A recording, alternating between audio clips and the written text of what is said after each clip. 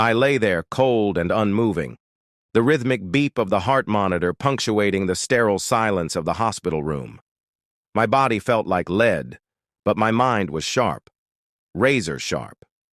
My eyelids remained closed, my breathing steady, and as far as everyone else knew, I was deep in a coma. That's why they didn't hold back.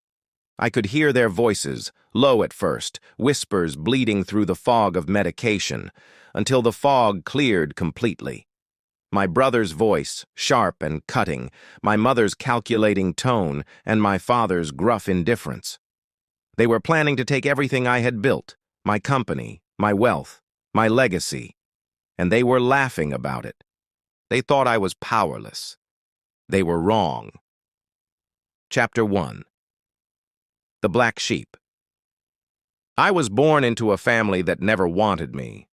My father, Richard Vaughn, came from old money, real estate and banking empires that stretched back 3 generations. My mother, Elaine, was a trophy wife, polished and empty, more concerned with keeping up appearances than raising children. Then there was my brother, Adam, the golden child. Perfect grades, Ivy League school, and Daddy's favorite. He was groomed from birth to take over the family's assets. I was an accident, an afterthought.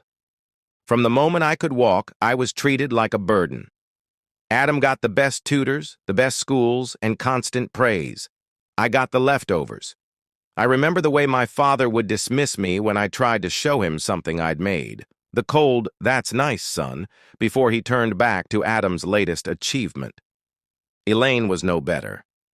She adored Adam, draping him in affection, while I was an inconvenience. When I failed at something, she would sigh and say, "You're just not like Adam, dear." Adam, of course, took full advantage of it. He would shove me when no one was looking, take credit for things I did, and make sure I got the blame when things went wrong. Once, when I was 13, he stole money from my father's desk. He told our parents I did it. I got a beating, he got a new car. So I stopped trying. I stopped expecting love from them. But the thing about being the black sheep is that you get used to being on your own. And when you're left alone long enough, you start figuring things out for yourself. Chapter 2. Building my own legacy. I left home the day I turned 18. No one stopped me. I didn't look back. I had nothing to my name except a few $100s I'd saved from odd jobs and a chip on my shoulder the size of a mountain. I worked jobs no one else wanted. Construction, waiting tables, even janitorial work. I saved every dollar I could. Then, when I was 20, I took a risk. I learned to code at night, teaching myself through sheer stubbornness and exhaustion. I started freelancing. It wasn't glamorous, but I was good. Better than most. Then I had an idea, a platform that would connect freelancers with clients directly, cutting out the middleman. It took years of grinding, but eventually I got venture capital backing. Then it blew up, fast. By the time I was 28, I was worth over $50 million. I bought a penthouse in the city and set up trust funds, and even though my family never called, never visited, I still sent them money every month. Out of guilt, maybe, or some twisted desire for their approval.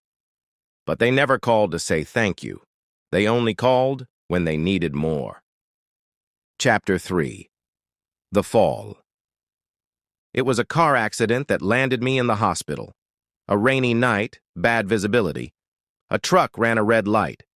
I woke up once in the ambulance, then blacked out again. When I came to, the doctor said I was in a coma for nearly 2 weeks. Except I wasn't really unconscious for all of it. I woke up about 5 days in. But I didn't open my eyes. I was weak, still tethered to machines, so I stayed quiet. And then they came. My mother was the first to speak. "Well, if he dies, at least it'll be clean."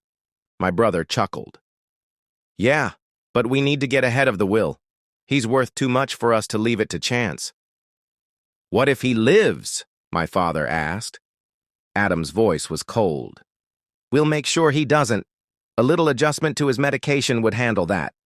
But if he dies naturally, the estate will pass to us." We just need to make sure his business holdings are transferred first. My mother sighed. I suppose that would be for the best. He was always a disappointment anyway. I lay there, eyes closed, rage burning through my veins. They were planning to kill me, and they were calm about it. That's when I knew, if I got out of that bed, I wasn't going to forgive them. I was going to destroy them. Chapter 4. The Plan. I recovered faster than anyone expected. They thought I was weak. That's why they underestimated me. I left the hospital a month later, walking slowly, acting fragile. I played the part. Then I started to move. First, I hired a private investigator. I had him dig into Adam's finances.